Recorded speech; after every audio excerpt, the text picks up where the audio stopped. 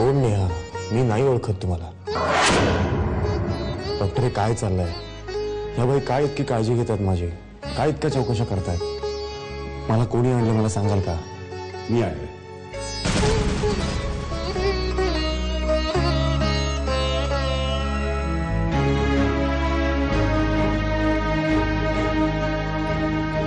तू ओळखलंस मला? हो, राजा काका. हे बघ शार्दूल, तुला प्रचंड मोठा मानसिक धक्का बसला आणि तुझी तब्येत बिघडली म्हणून मी तुला इकडून ऍडमिट केलं. बाकी मी सगळं नंतर सांगतो तुला. अशी काय चूक केली मी की ज्याची एवढी मोठी शिक्षा देतेस तुम्हाला? तेही मीच सांगू आता. खोटं बोललात तुम्ही माझ्याशी, विश्वासघात केलात माझा, अपमान केलात माझ्या प्रेमाचा, फसवलत मला. आणि तरी मला विचारताय की कोणती चूक केली? शारदा, तुझा काहीतरी गैरसमज झालाय. तू माझं म्हणणं एकदा ऐकून घे. मला तुमचं काहीही ऐकून घ्यायचं नाहीये.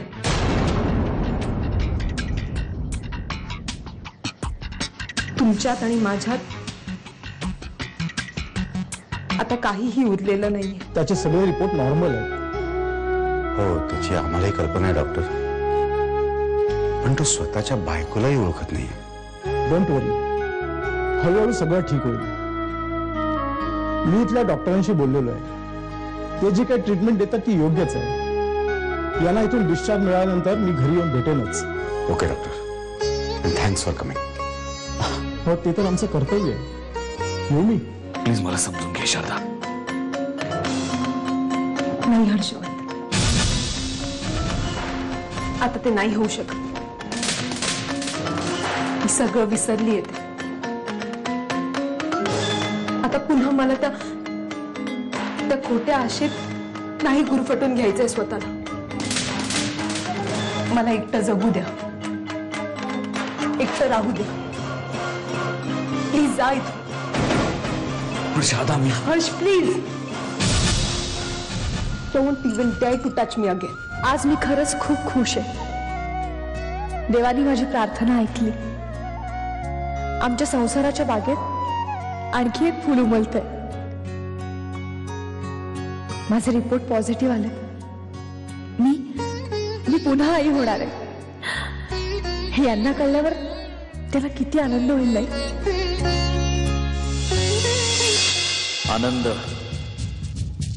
आनंदच हिरावून घेतलाय तिने माझ्या आयुष्यातला.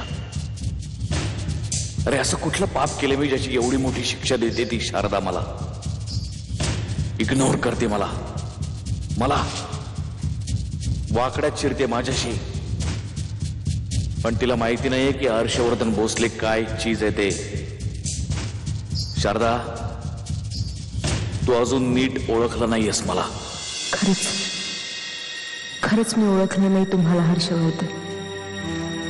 अशी कशी चुकले मी? कशी फसले तुमच्या बोलण्यात?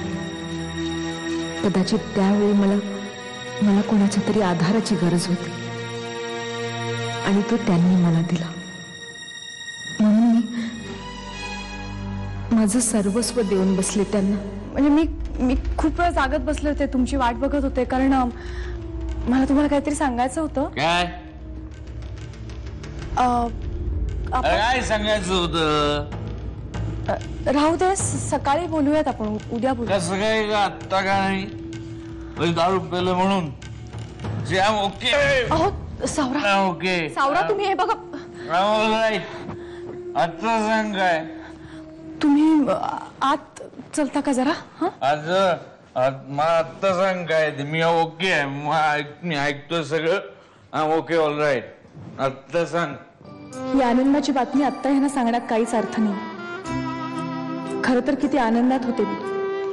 वाटलं होतं आल्या आल्या यांना मी जर सांगितलं की माझे रिपोर्ट्स पॉझिटिव्ह आलेत तर ह्यांच्या आनंदाला सीमाच उरणार नाही.